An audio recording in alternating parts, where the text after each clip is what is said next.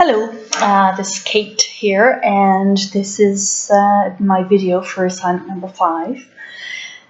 Just to give you a little bit of context, I worked in the investment management industry for close to 30 years actually, and it is fast-paced, competitive environment, really challenging to be in, and if you drop the ball at all, you're just out the door. And really, I'd had enough, to be honest with you, and I knew I wanted to do something else, but I had no idea what else I wanted to do. So this is the story of how I came to some of my decisions in 2012, which resulted in the life that I live today, actually. So this is the story, and really the takeaway, I think, is to inspire people to have the courage to really think about what they want from their own lives and to give priority to the things that give them joy. I think really if you do that, then you'll be away for sleep. So my presentation is called My Path to Enlightenment, and it starts now. So in 2012, I stepped into my boss's office and told him I had to leave. And I couldn't believe it when I walked out the door that I had finally quit. And I had handed in my resignation, and in a year's time was going to have left the firm. And really, you know, it was a huge weight off of my shoulders. VJ knew me better than I knew myself, because all he could say was that he had waited for this day, because really he felt that there wasn't enough soul in the job that I was doing, and he was dead right. It seems he knew me better than myself. So it was quite encouraging for me to hear that from him. Of course, the hard work started after that. I had to really knuckle down and figure out what I was going to do. It was a bit daunting and overwhelming because I had made the decision to leave, not having any plans. The reality is that I need money to live, and fortunately I don't have dependents. But I still need to put a roof over my head and put food on the table. And also I had to kind of think about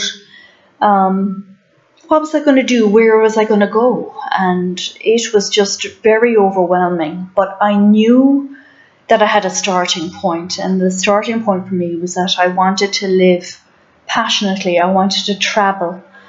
And I wanted to spend more time with family and friends. And really knowing that, it gave me a starting point. I live in a small island off the west coast of Vancouver, but I'm originally from Ireland, as you can tell from my accent. And the world is a wonderful place. So I put it out to the universe that I was looking to return to Nepal. I had spent a whole bunch of time in Nepal, and I was interested to go back there.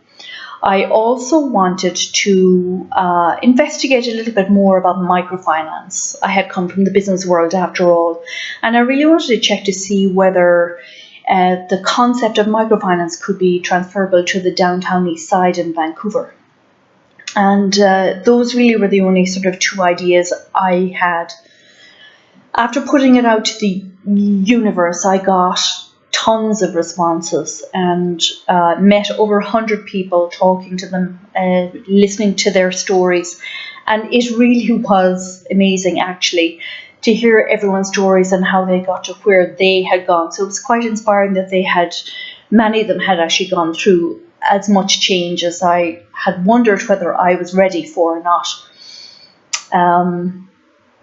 So I learned more about what I didn't want from the 100 or so people I met than what I did want. But eventually I was able to kind of narrow it down, and it resulted in planning 5 months in Nepal at a spinal injury rehabilitation center in the foothills of the Himalayas, and really using my business talents there. And then 3 months with BRAC in microfinance. And then around those work commitments, everything else started to fall into place. I ended up traveling to India, where else? Australia, New Zealand, Ireland and England, and also joined my sister, walked 300 kilometres of the Camino de Santiago in northern Spain, which was amazing. And so I had a wonderful 13 months actually in total, and that really was pretty amazing experience, and you don't get that opportunity very often. So people really asked me, was it worth it? And it absolutely was. I would encourage it for sure, but people then ask whether it's something I would encourage someone to do, and I know I've just said, well, yes, but you know, I'm not sure. Like, you have to really look internally to see whether it is worthwhile for you. You have to think about what your priorities are and what makes you happy. And sometimes it's just little tweaks and changes in life. It doesn't have to be a turn your life upside down experience. For me, really, it was just about changing my job. I didn't change where I lived. I didn't change the people that are in my life. I didn't change a lot of things. So for me, it was about really identifying the important things I needed in my working life. And that allowed me to actually make the changes I needed to make and live a more passionate and joyous life. Like, that really is what it is. So I'd encourage you to think carefully and be really courageous in listening to yourself, calling a spade, calling yourself on things, and really making sure that you're dealing with the truth. You're not pulling the wool over your eyes. And if you do that, I think you'll really, your future life will reveal itself. I'm a strong believer in that. So I hope that this has given you some food for thought. And good luck. I would be interested to hear what impact this has had. Thanks very much, everyone.